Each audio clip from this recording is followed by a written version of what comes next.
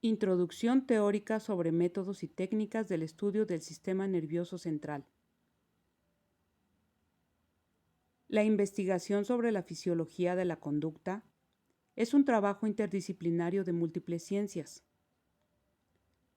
En estas se incluyen bioquímica, neuroanatomía, fisiología, psicología, endocrinología e histología. A continuación, se mencionan algunos de los procedimientos utilizados con mayor frecuencia.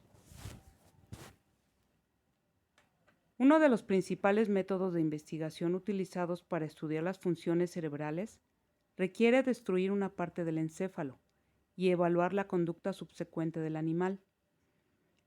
Este método se denomina ablación experimental, que es el más antiguo de los métodos utilizados en neurociencia y sigue utilizándose frecuentemente hoy en día. Uno de los métodos de ablación se denomina lesión por radiofrecuencia. Las lesiones producidas con este método destruyen todo lo que se encuentra en las cercanías de la punta del electrodo, incluyendo los somas neuronales y los axones de las neuronas que atraviesan la región. El paso de la corriente a través del tejido cerebral produce una alta temperatura que destruye las células cercanas a la región que rodea la punta del electrodo. Las flechas de aquí señalan minúsculas lesiones producidas por el paso de una corriente de radiofrecuencia a través de los extremos del electrodo, que es de acero inoxidable y está situados en el núcleo preóptico medial del encéfalo de una rata. Otro método de ablación es la cirugía estereotáxica. Esta cirugía utiliza un instrumental estereotáxico para situar un electrodo o una cánula en una posición específica del encéfalo.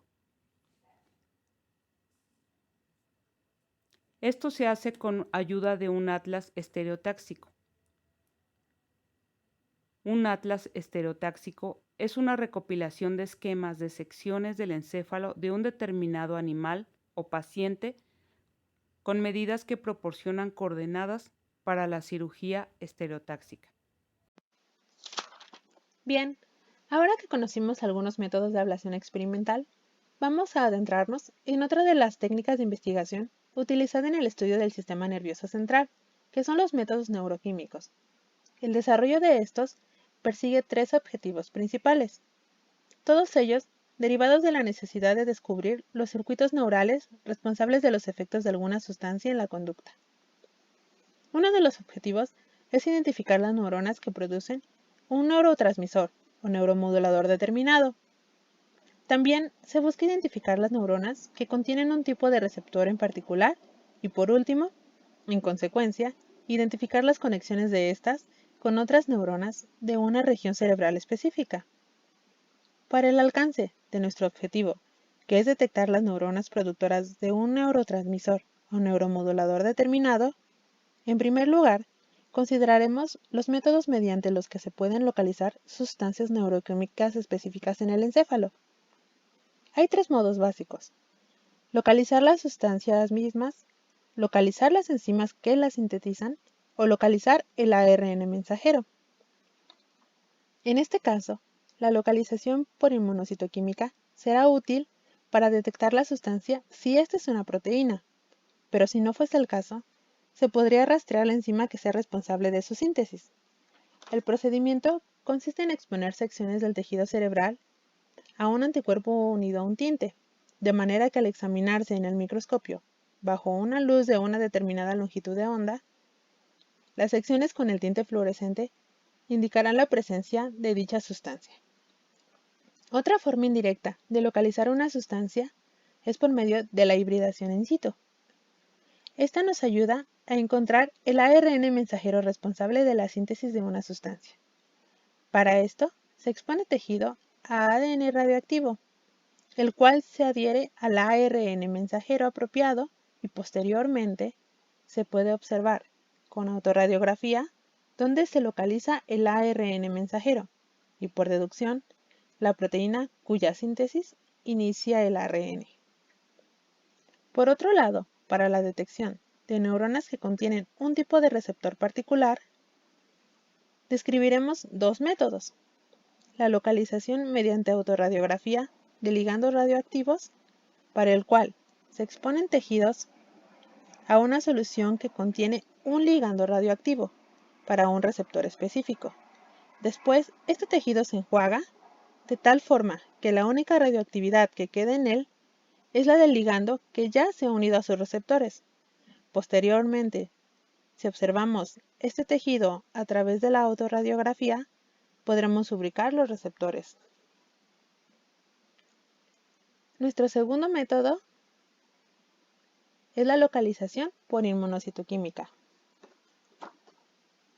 Nuevamente, aplicaremos esta técnica, pues debido a que los receptores son proteínas y se puede producir anticuerpos frente a ellos, exponiendo tejido a un anticuerpo que esté marcado con un tinte fluorescente, esta técnica nos será útil para poder localizar los receptores. Como podemos observar, una ventaja bastante útil que nos brindan los métodos neuroquímicos es que se pueden usar en conjunto con otras técnicas. Por ejemplo, usando un doble marcado, combinándolas con marcadores anterógrados y retrógrados. Así, los investigadores no solo pueden determinar cuáles son las sustancias químicas que contiene una determinada neurona, sino también sus conexiones con otras zonas del encéfalo. Métodos y técnicas de estudio en psicobiología a nivel molecular para el estudio del sistema nervioso central. Los reflejos más simples y las más sublimes experiencias emocionales están arraigados en estructuras moleculares, genéticas y celulares en el cerebro. Los campos más recientes en neurociencia celular y molecular, aprovechan la biología molecular para explorar cómo los genes, moléculas de señalización y morfología celular influyen en el sistema nervioso. Aquí podremos conocer los métodos que se emplean. Uno de ellos es la tecnología de microarrays. Es una tecnología en desarrollo para estudiar la expresión de muchos genes a la vez. Consiste en colocar miles de secuencias génicas en lugares determinados sobre un portaobjetos de vidrio llamado chip. Una muestra que contiene ADN o ARN se pone en contacto con el chip. El apareamiento de las bases complementarias entre la muestra y las secuencias de genes producen una cantidad de luz que se puede medir. Las áreas del chip que producen luz identifican los genes que se expresan en esa muestra. También se emplea el PCR. Se emplean dos tipos. En primer lugar, la tradicional. Esta prueba se basa en la reacción en cadena de la ADN polimerasa, donde un fragmento de ADN conocido es copiado y amplificado billones de veces. El producto del PCR es posteriormente visualizado en gel de agarosa y proporciona evidencia cualitativa de la presencia de ese fragmento de ADN en la muestra. También la PCR en tiempo real. Esta es una modalidad del PCR tradicional, donde la acumulación de ADN amplificado es detectado y cuantificado a medida que la reacción avanza, es decir, en tiempo real. Esto se logra incorporando una molécula fluorescente que se asocia al ADN amplificado, donde el incremento de esta fluorescencia es la proporcional al incremento de la cantidad de moléculas de ADN amplificadas en la reacción. Otra técnica empleada es la tecnología transgénica. Esta es una herramienta importante para la investigación de la función génica en el sistema nervioso. Por este método, los investigadores pueden producir animales con las porciones de sus genomas retirados, conocido como agujeros ciegos, o con modificado de genes insertados en su código genético, conocido como transgénicos. Los tejidos del sistema nervioso de estos animales se pueden analizar en una variedad de maneras para determinar cómo los cambios en la expresión génica impactan su función celular. Los científicos también utilizan la fijación y obtención de cortes. Si se requiere estudiar el tejido Tal como era en el momento de la muerte del animal, el cerebro se extrae del cráneo y se coloca en un recipiente lleno de fijador. Una vez que el cerebro ha sido arreglado, debemos cortarlo en secciones delgadas y manchar varias estructuras celulares para ver detalles anatómicos. El corte se realiza con un microtome.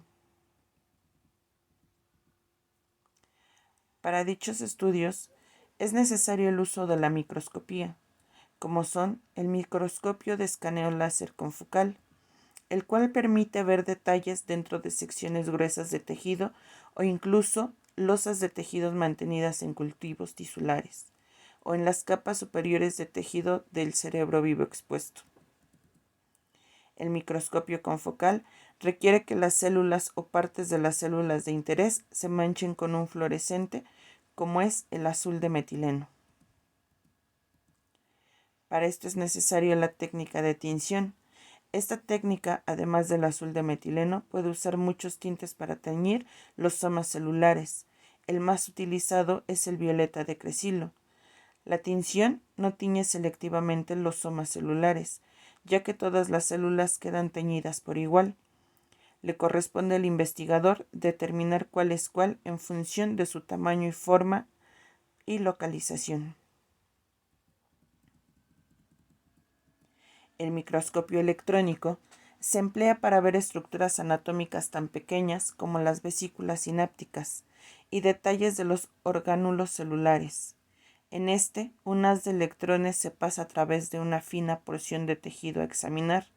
El haz de electrones proyecta una sombra del tejido en una pantalla fluorescente que puede ser fotografiado o escaneado en una computadora. Las fotomicrografías electrónicas producidas de esta manera pueden proporcionar información sobre detalles estructurales sobre el orden de unas pocas decenas de nanómetros.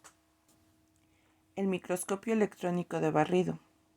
El microscopio examina el tejido mediante un haz móvil de electrones, es decir, barre, y la información recibida por la reflexión del haz se utiliza para producir una imagen tridimensional muy detallada. Otros métodos empleados son conocidos como los métodos de marcaje.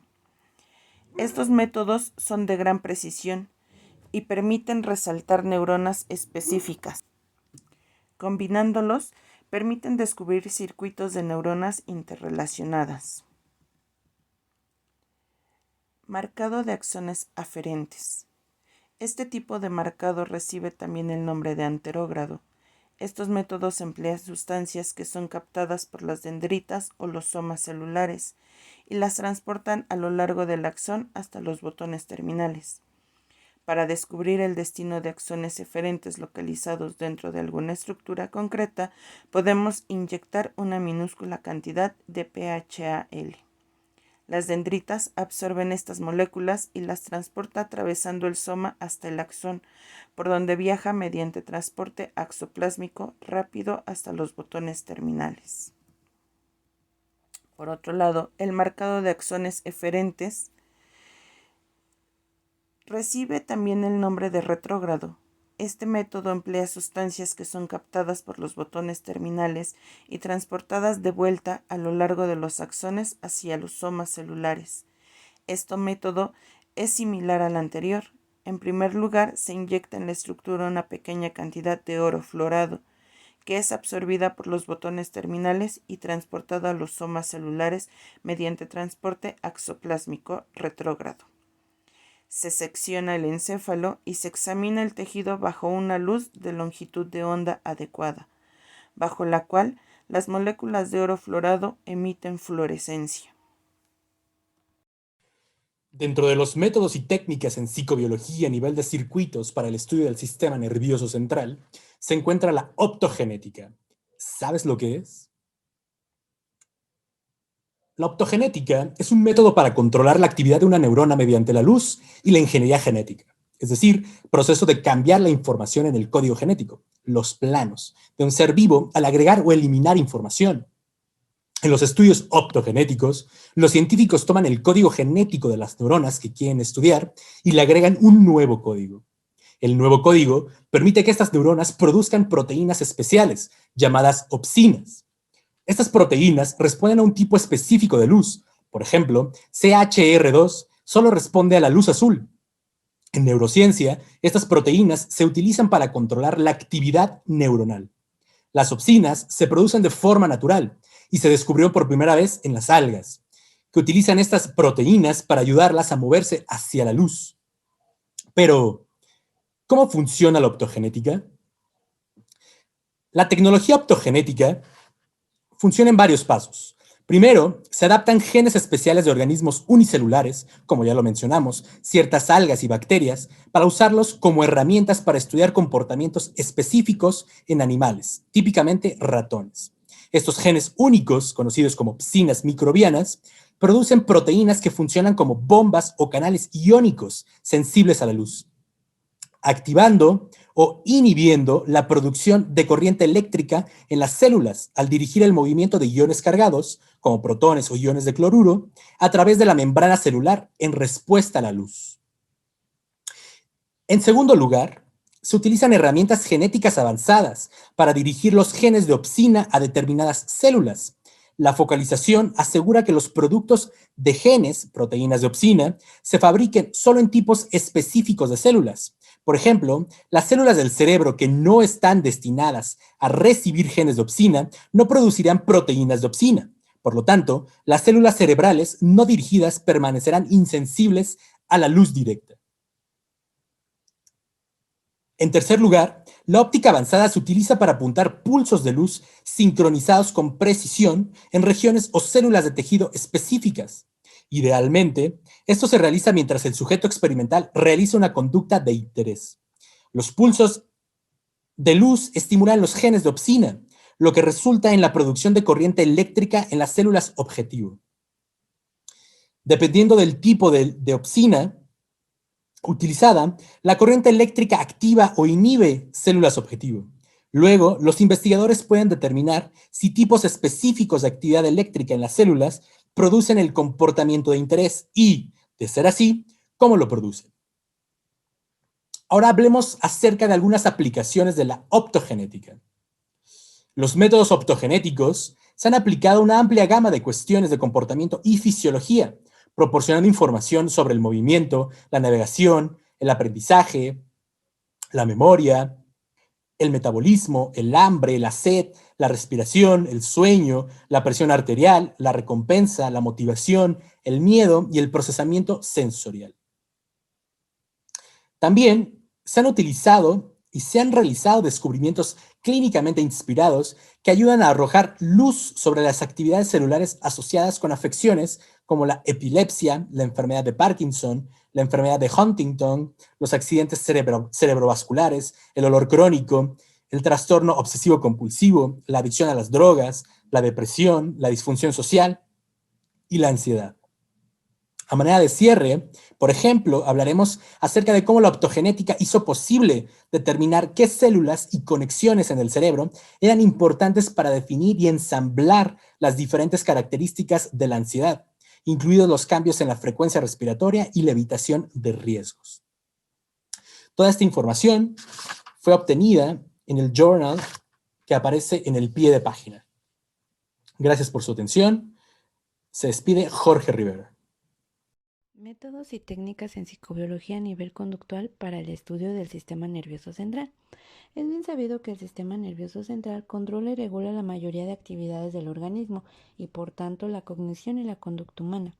Los receptores sensoriales captan la información del entorno y envían dicha información para que sea procesada e integrada por nuestro sistema nervioso central, para que emite, si fuera necesario, una respuesta al estímulo que se presenta. El estudio del sistema nervioso central puede realizarse desde diferentes niveles de complejidad y, por tanto, existen diferentes niveles de estudio y de aproximación experimental que son tenidas en cuenta por diferentes técnicas de estudio en la psicobiología y en la neurociencia y que han servido para estudiar la relación cerebro y conducta humana. Dichos estudios pueden realizarse en vivo utilizando el propio sujeto en vida o, por el contrario, realizar un análisis post-mortem de este. En este caso nos enfocaremos en el estudio in vivo con las técnicas de registro de la actividad neuronal. Se sabe que la actividad neuronal produce cambios eléctricos y químicos en las neuronas.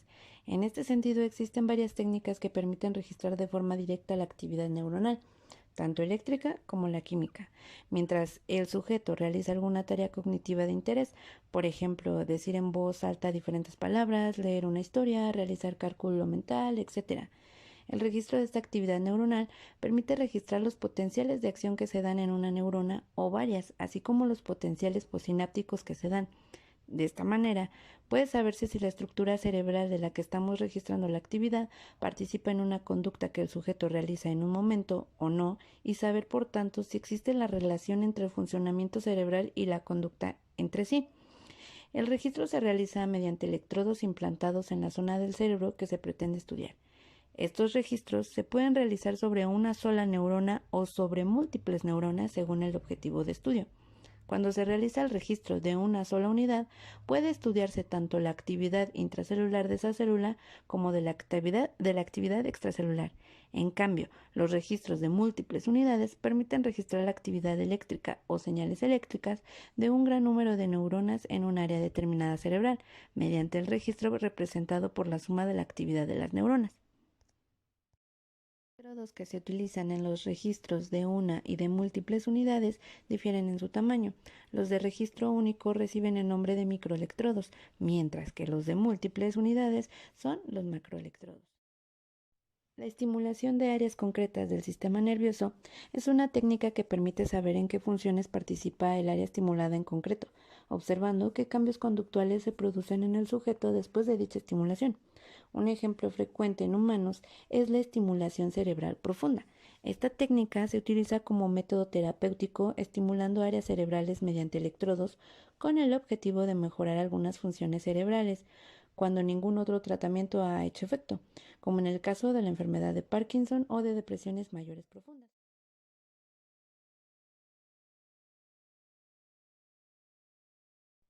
La estimulación puede ser de manera eléctrica o química.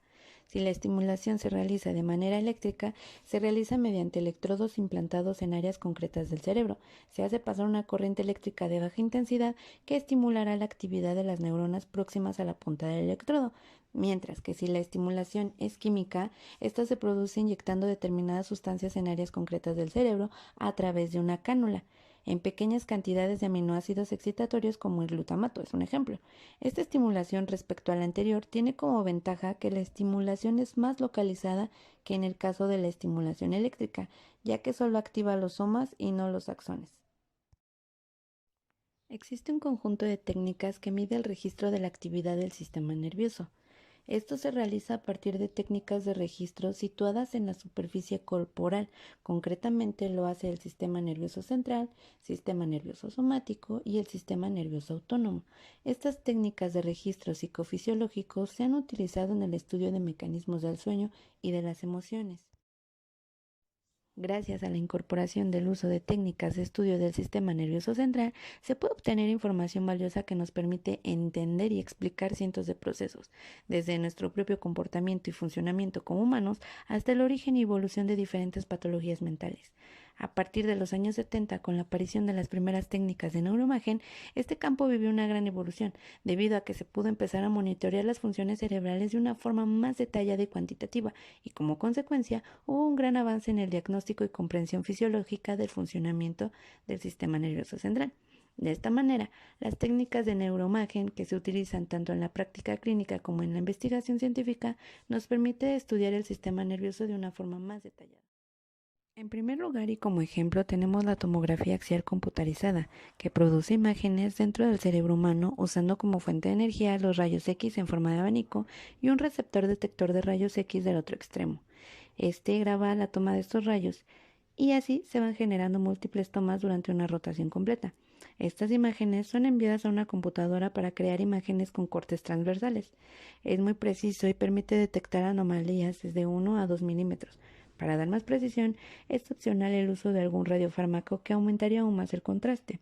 Es de gran utilidad clínica porque ayuda a diferenciar distintos trastornos desde anomalías cerebrales, hemorragias, problemas vasculares, pequeños aneurismas o principio de neurodegeneración. Algunas de estas ventajas es que es rentable, de fácil acceso y barato a comparación con otras técnicas de neuroimagen. Cabe mencionar que la tomografía axial computarizada atraviesa tejidos según su densidad. Con base a ello serán las tonalidades que generará dicha imagen. Otra técnica de neuroimagen es la resonancia magnética. Aquí voy a hacer un paréntesis para dar el concepto de lo que es resonancia magnética. Esta técnica genera imágenes que se puede confundir con imágenes de un TAC, porque ambas generan imágenes en escala de grises, blanco y negro, pero a diferencia del TAC, aquí se usa un tipo de energía de onda en frecuencias de radio, o los megahertz.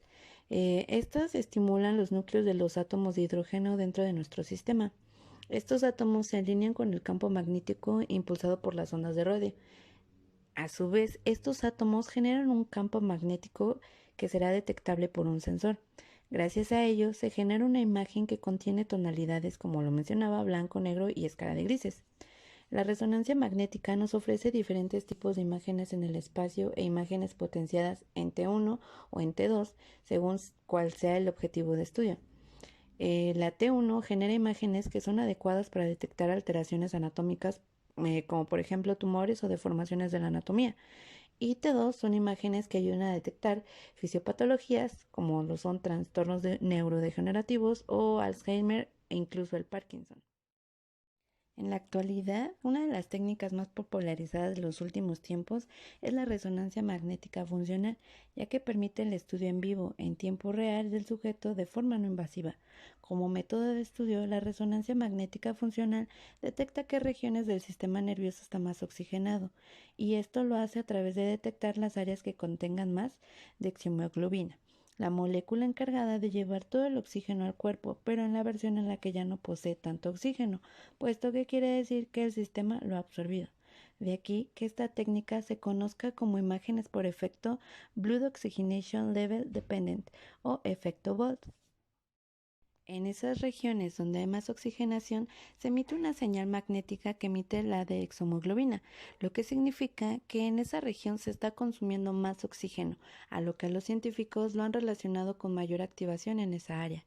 Se ha convertido en la técnica más utilizada en clínica e investigación para evaluar cambios hemodinámicos en el cerebro y mapear la respuesta neurofisiológica ante diferentes estímulos, ya sean sensoriales, motores o cognitivos. Una de las grandes ventajas de esta técnica es que se le debe a la gran resolución que tiene, tanto espacial como temporal que presenta, y a su naturaleza no invasiva al no utilizar algún tipo de radiofármaco.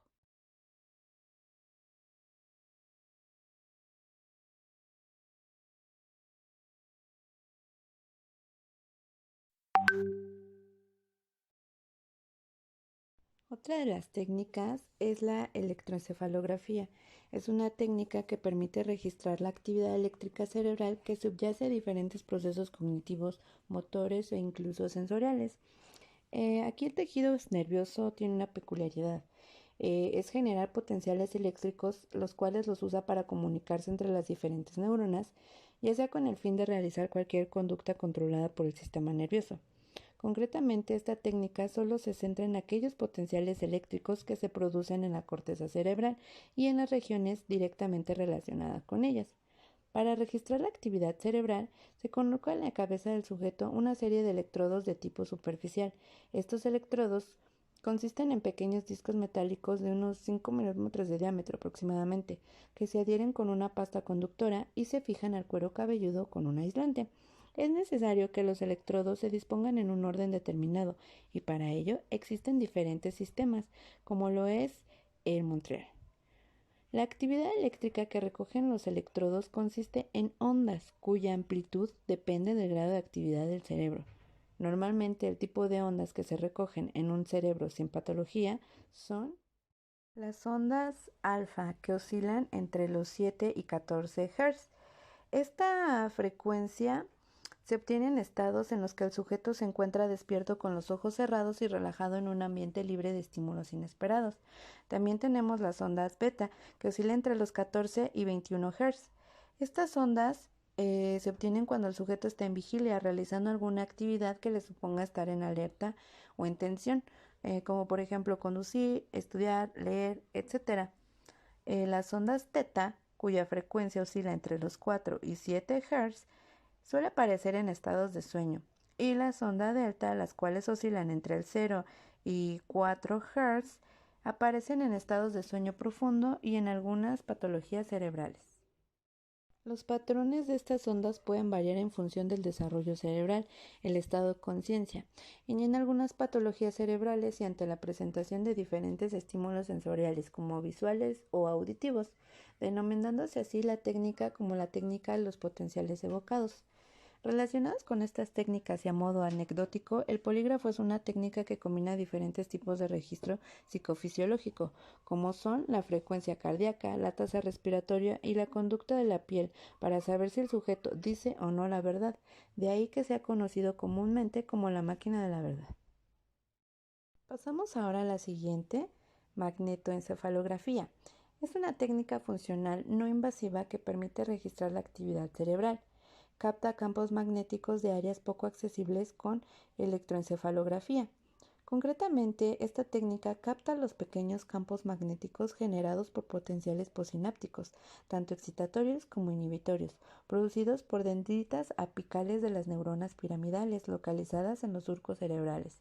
Es muy sensible y genera un gran número de artefactos, por ello hay que ser muy cuidadosos a la hora de filtrar resultados. Tiene una gran utilidad clínica en casos de depresión, esquizofrenia y experimentación con estudios sobre el lenguaje. Ahora pasamos a la estimulación magnética transcraneal. Esta estimulación, por lo contrario, la estimulación eléctrica, no es por generación de campos eléctricos directamente, sino que se genera un impulso magnético. Este a su vez provocará la corriente eléctrica. El fin de esta variación es poder acceder a neuronas que son de difícil acceso con la técnica de estimulación eléctrica. Por ejemplo, neuronas que hay en los surcos o pliegues. Es no invasiva y genera beneficios terapéuticos o establecer relaciones causales entre el cambio de conducta y un área, solo que con un campo magnético. El objetivo principal de esta técnica es generar un beneficio terapéutico y establecer relaciones causales entre la actividad cerebral y el comportamiento del ser humano. Actualmente se está utilizando con personas que sufren de depresión o trastorno obsesivo compulsivo. Y bien, llegamos a la estimulación eléctrica cortical. Bien se sabe que se puede estimular electrónicamente cualquier área del sistema nervioso periférico que sea accesible a un electrodo. Esta técnica se produce cuando dentro de una neurocirugía, obviamente con previa aceptación del paciente, se aprovecha que la cabeza está abierta para colocar un conjunto de electrodos, tiras o strips que se coloca directamente sobre el tejido nervioso, de forma que hace pasar la corriente bajo voltaje, afectando la actividad eléctrica de un área. De esta manera nos permite relacionar estos cambios de conducta con las áreas que reciben esta estimulación. Hay que ser extremadamente cuidadosos, ya que esta carga eléctrica puede estimular áreas circundantes. Se pueden generar respuestas positivas siempre que se induce algo que el paciente no estaba percibiendo antes de la estimulación, como por ejemplo voces, ruidos, olores, sabores, alucinaciones o movimientos. Y también podemos obtener respuestas negativas, si lo que se genera es lo contrario, por ejemplo, una anomia, no poder identificar palabras, un objeto aunque lo reconozcas, quedarse quieto temporalmente, no sentir tacto. Esta técnica apoya a personas con actividad neuronal anómala, por ejemplo, con pacientes que tienen Parkinson o depresión, equilibrando así la carga eléctrica que ha quedado dañada